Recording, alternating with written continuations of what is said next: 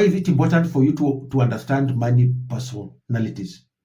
Because you cannot change what you don't understand. There's a saying that says, what can be measured can be changed, something close to that. When you identify your money personalities, three important things happen.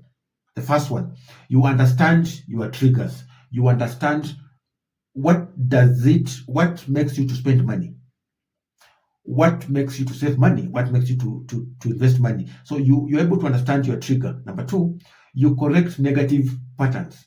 The reason why you understand our personalities is so that with the knowledge that we have, you can correct negative patterns and embrace the positive patterns, multiply them. And so I've said, so that you understand your money triggers, you correct negative patterns, you enforce positive patterns and behaviors, and number three, you accelerate wealth building with intentional money habits.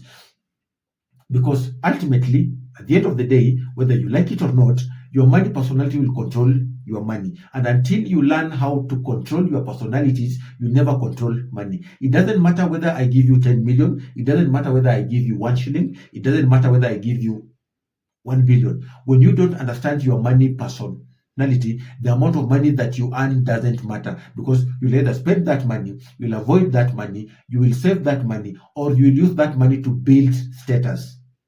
The status seekers. So when you want to change your financial trajectory, how you think about money, how you talk about money, how you interact with money, the first step is always understanding money personality. Because at the end of the day, your money personality is the driver behind the wheel. You are not the person who makes those decisions. It's the personality in you that makes those financial decisions.